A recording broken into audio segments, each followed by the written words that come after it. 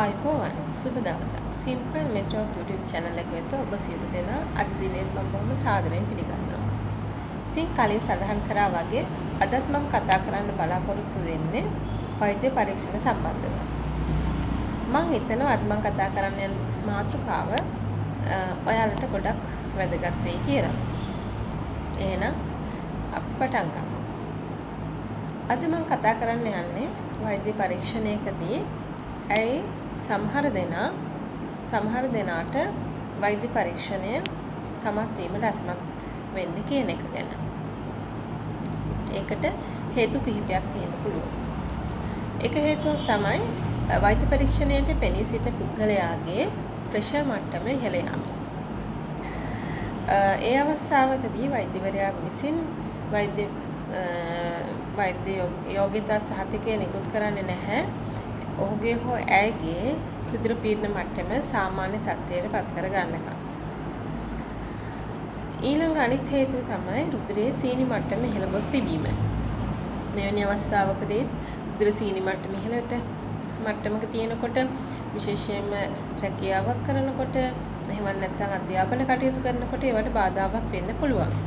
ඒක නිසා රුධිරයේ සීනි මට්ටම සාමාන්‍ය තත්ත්වයට පත් කර ගන්නකම් වෛද්‍යවරයා විසින් ශරීර යෝග්‍යතා සහතිකය නිකුත් කරන්න එක ප්‍රමාද කරන්න පුළුවන්.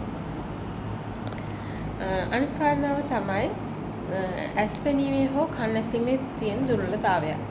ඉතින් විශේෂයෙන්ම ඔබ සියලු දෙනාම දන්නා කර්දී ඇස් පෙනීමේ සහ කන් ඇසීමේ දුර්වලතාවයක් තියෙනවා නම් අපේ රැකියා ස්ථානයේදී වගේම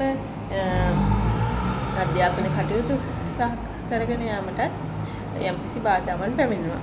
ඉතින් ඒ හේතුව නිසා ඒවා නිවැරදි කරගන්නකම් විශේෂයෙන් ඇස් පෙනීමේ දුර්වලතාවයක් තියෙනවා නම් පස්වියලක් තමාට ගැළපෙන පස්වියලක් පළඳීමෙන් ඒක මඟ හරවා ගන්න පුළුවන්. ඉතින් මේ ආකාරයකින් ඒවා නිවැරදි කරගන්නකම් තමගේ යෝග්‍යතා පරීක්ෂණයෙන් සමත් කියලා සහතිකයක් තමට ලැබෙන්නේ නැහැ. අනිත් කාරණාව තමයි ගොඩක් දෙනෙක් වැඩි සැලකිල්ලක් දක්වන්නේ නැති ශරීර ස්කන්ධ දර්ශකය.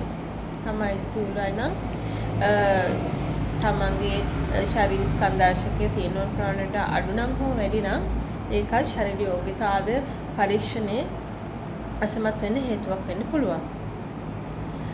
ඊළඟ හේතුව තමයි සමහර ආසාදන තත්ත්වයන්. විශේෂයෙන්ම සමේ තියෙන ආසාදන තත්ත්වයන් ඊට අමතරව රුධිරයේ තියෙන ආසාදන තත්ත්වයන් හෝ පෙනහළු වල ඒ වගේ තියෙන ආසාදිත තත්ත්වයන් වෙන්න පුළුවන්.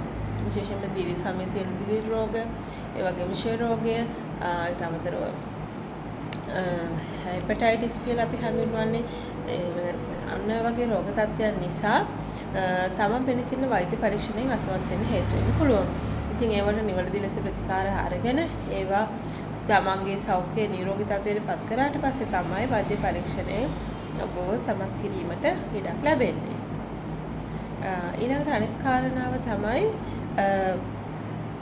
තමන්ගේ සමහර පුද්ගලයන්ට තියෙන පුළුවන් සමහර මානසික ගැටලු.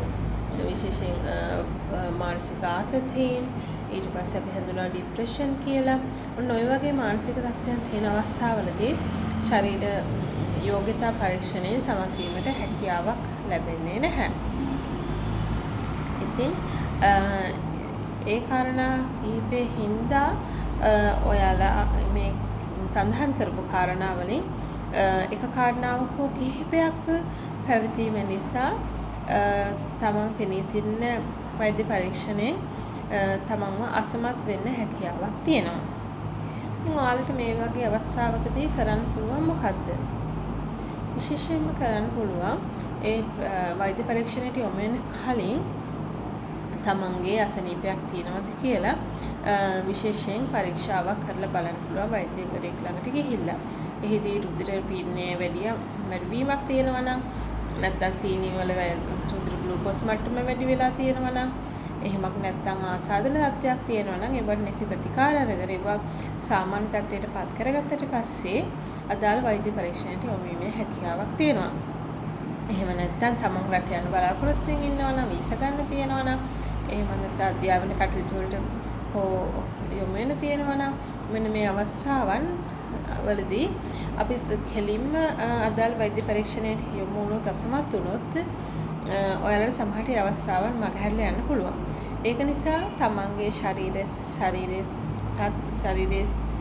තත්ත්වයේ සෞඛ්‍යය කොහොමද කියන එක ගැන තමා අවබෝධයෙන් සිටින එකත් ඉතා වැදගත් වෙනවා. ඒක සඳහා නිරෝගී ලෙස ආහාර ගැනීම, ඊළඟට නිසි පරිදි ශරීරයට ව්‍යායාම ලබා දීම, නිවැරදි ආකාරයෙන් ජලය පානය කිරීම, ඊළඟට මානසික ආතතිය තාඩුවේ පවත්වා ගැනීම, ඔන්න කාරණා නිවැරදිව පවත්වා ගැනීම මගින් ඔයාලා පෙනී සිටින වෛද්‍ය පරීක්ෂණය ඉක්මනින්ම සමත් වීමේ හැකියාවක් තියෙනවා. ඉතින් මම හිතනවා ඔයාලට වැදගත් කරුණු ටිකක් මේ වීඩියෝ මම ගෙනාවා කියලා. ඉදිරියේදීත් අපි මේ වගේ වෛද්‍ය පරීක්ෂණ සම්බන්ධව වීඩියෝ එකකින් හමු වෙමු. ඉතින් ඔයාලා මේ වීඩියෝට කැමති නම් ලයික් කරන්න, ෂෙයා කරන්න. ඔයාලගේ මොනවා හරි ප්‍රශ්න තියෙනවා නම් කමෙන්ට්ස් වලට දාන්න. සුබ දවසක්.